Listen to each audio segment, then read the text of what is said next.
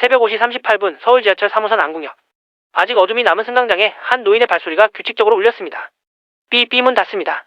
자동 방송이 울려 퍼지기 직전 노인은 서둘러 문틈으로 몸을 기울여 바닥을 살폈습니다. 떨어진 휴대폰, 발에 걸린 케이블, 그리고 지나치려는 젊은 승객. 조심하세요. 그의 목소리는 조용했지만 이상하게 안심이 됐습니다. 리용은 그 광경을 멀리서 지켜보다 숨을 삼켰습니다. 70대 중반으로 보이는 그 남자는 교통안전 모니터 요원이라는 명찰을 달고 있었습니다. 자동 제어 시스템이 99.8%의 정시율을 자랑하는 한국 지하철에서 왜 그는 아직 그곳에 서 있는 걸까? 잠시 후 눈앞의 전광판이 깜박이며 노선을 업데이트했습니다. 데이터는 완벽했습니다. 하지만 역 안의 공기는 분명 인간의 온도로 움직이고 있었죠? 열차가 떠나자 노인은 벽에 손을 얹고 가만히 웃었습니다. 오늘도 무사히 돌아가셨네요. 그 짧은 한마디가 역 전체에 울림처럼 퍼졌습니다. 그 순간 리용은 느꼈습니다. 한국의 지하철은 기술이 아니라 사람의 손끝으로 움직이고 있다는 것을. 이 이야기가 더 많은 분들께 전해지길 바란다면 구독과 좋아요 부탁드립니다. 여러분의 작은 클릭 하나가 전 세계 대한민국의 진짜 모습을 알리는 힘이 됩니다. 자, 그럼 사연 바로 시작합니다. 제 이름은 리용탄입니다. 58살, 싱가포르 교통청 운영본부장으로 일하고 있습니다. 제 인생은 늘 숫자 속에 있었습니다. 열차 정시율 99.5%, 운행지 연율 0.03%, 민원 10건 이하. 그 수치들이 제 자부심이자 신념이었습니다. 도시는 정밀해야 하고 사람보다 시스템을 믿어야 한다는 것이 제 철학이었죠. 싱가포르는 완벽한 도시입니다. 기계가 계산하고 사람은 감시만 합니다. 저는 그 질서를 사랑했습니다. 효율이야말로 문명의 진보라고 믿었죠. 그래서 감정이 개입된 운영이라는 말엔 언제나 불편함을 느꼈습니다. 그러던 어느 날 국제교통연맹 보고서에 서울 지하철의 시니어 근무제 성공 사례가 실렸습니다. 65세 이상 노인이 현장 안전을 책임진다니 저는 코웃음을 쳤습니다. 노인이 운영하는 지하철이라니 그건 느림의 상징이야.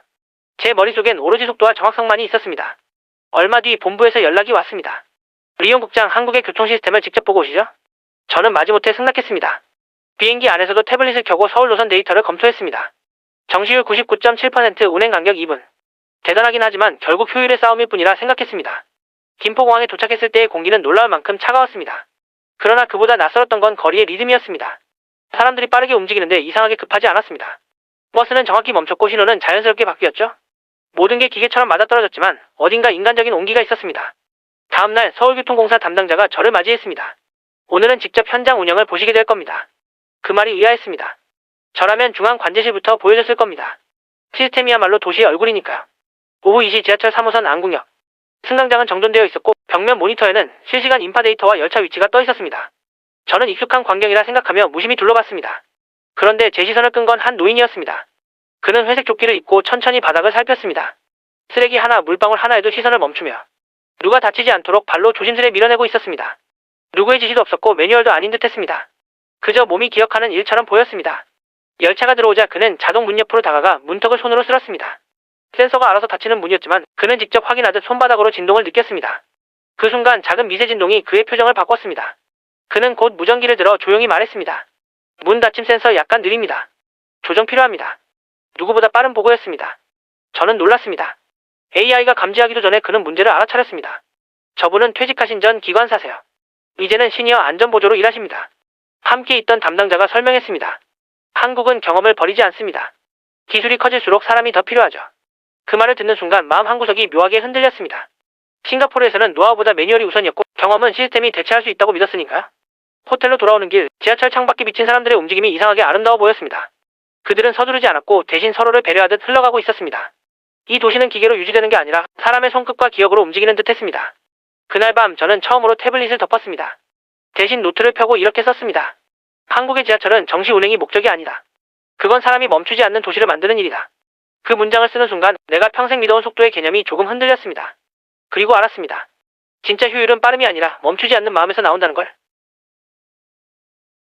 서울에서의 세 번째 날 아침, 일정표엔 AI 자동운행 통제센터 견학이라 적혀 있었습니다. 정밀한 알고리즘, 완벽한 시간표, 그건 내가 가장 익숙한 세계였죠. 하지만 출발 직전 담당자가 말했다. 오늘은 현장 근무팀의 요청으로 직접 역사 관제실을 함께 보시게 될 겁니다. 나는 미묘한 불쾌함을 감추지 못했습니다. 현장은 늘 불안하니까요. 기계는 실수하지 않지만 사람은 실수합니다. 오전 9시 12분 강남역.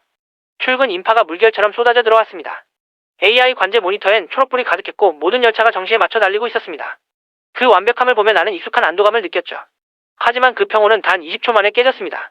3호선 14편성 도어 인식 불일치 발생. 붉은 경고등이 모니터를 뒤덮었습니다. 시스템이 문 닫힘 신호를 읽지 못한 겁니다. AI는 재부팅을 시도했지만 응답이 없었습니다. 열차는 정차한 채로 굳어버렸고 방송도 침묵했습니다. 승객들의 얼굴에 불안이 번졌습니다. 수동 모드로 전환합니다.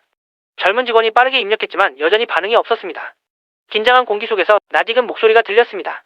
문을 닫지 말고 잠시만 기다리세요. 그건 전날 봤던 회색 조끼의 노인이었습니다. 그는 무전기를 잡자마자 센서 진동이 미세하게 틀렸어요. 밑면 살짝 눌러보세요. 라고 침착히 말했다.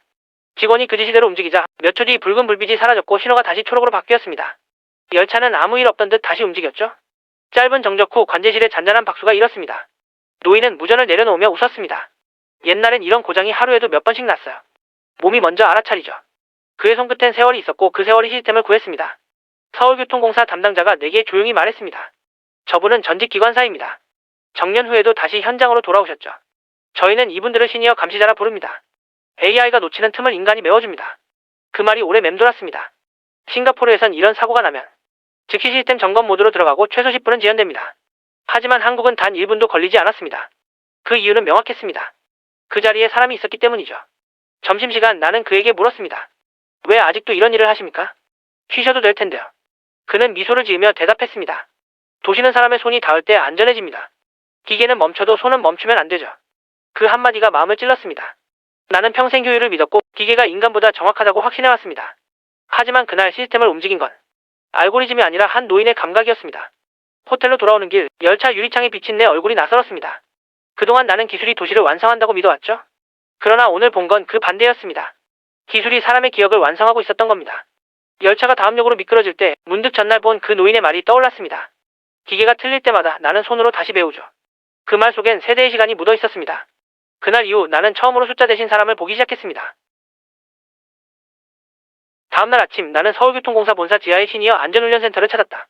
입구엔 문장이 하나 적혀 있었다. 기억이 미래를 지킨다. 그 한 줄만으로 이곳이 단순한 훈련장이 아니라는 걸 알 수 있었다. 안으로 들어서자 회색 머리의 사람들이 시뮬레이터 앞에 앉아 있었다. 그들 대부분은 60세가 넘은 은퇴자들이었다. 하지만 손놀림은 놀라울 만큼 정확했다. 패널을 조작하는 손가락의 리듬은 젊은 기술자보다 더 일정했고 그들의 눈빛은 오히려 더 날카로웠다. 저는 박인수입니다. 72세 전 기관사였죠. 그가 내게 인사를 건넸다. 이건 신형 비상제동 시뮬레이터예요. AI가 상황을 자동 감지하지만 우리는 그 안에서 감각을 데이터로 남깁니다. 그는 조용히 웃었다. 평생 몸으로 배운 걸 이제는 기계가 배우고 있죠. 그 말이 낯설었다. 그들이 움직일 때마다 시스템은 미세한 반응 시간을 기록하고 있었다. 즉 노년의 판단과 감각이 그대로 알고리즘의 보정값으로 저장되는 것이다. 사람의 경험이 기술의 일부가 되는 장면이었다. 센터 책임자가 덧붙였다. 우린 단순히 일자리를 유지하는 게 아닙니다. 기계가 배우기 전에 사람의 기억이 먼저 움직입니다. 그는 노년층을 시니어 데이터 파트너라고 불렀다. 그들의 판단이 쌓일수록 AI는 더 정교해지고 그 데이터는 실제 운행 안전에 반영된다고 했다. 나는 그 말을 들으며 마음이 복잡해졌다. 싱가포르의 시스템은 완벽하지만 차갑다. 우리는 매뉴얼에 따라 움직이고 사람의 감각은 위험 요소로 간주된다. 하지만 한국은 달랐다. 그들은 사람을 시스템 밖으로 밀어내지 않았다. 오히려 그들의 기억을 시스템 안으로 불러들였다. 오후에는 현장에서 근무 중인 시니어 안전요원들을 만났다. 그중 김미자 씨의 말이 오래 남았다. 전엔 승무원이었어요. 지금은 어린 승무원들에게 위기 대처를 가르칩니다. AI 매뉴얼은 정확하지만 사람의 말엔 온도가 있죠. 그녀는 미소 지으며 덧붙였다. 우리가 남긴 경험이 다음 세대의 안전이 되면 그걸로 충분합니다. 그 순간 나는 깨달았다. 이 시스템은 단순한 기술이 아니라 기억의 기록 장치였다. 수십 년의 감각, 작은 실수의 교훈, 손끝의 긴장감이 보이지 않는 코딩처럼 도시의 안전 속에 새겨지고 있었다. 센터를 나서려던 순간 벽면에 붙은 문구가 내 발걸음을 멈추게 했다. 기술은 멈춰도 기억은 움직인다. 그 문장이 가슴 깊이 파고들었다. 그날 밤 호텔에서 나는 태블릿 대신 펜을 들었다. 그리고 이렇게 적었다. 한국의 지하철은 데이터를 모으는 시스템이 아니다. 사람의 감각을 기억하는 생명체다. 펜 끝이 떨렸다. 싱가포르의 시스템이 빠르다면 한국의 시스템은 깊었다. 그건 기술이 아닌 사람의 세월이 작동시키는 시스템이었다.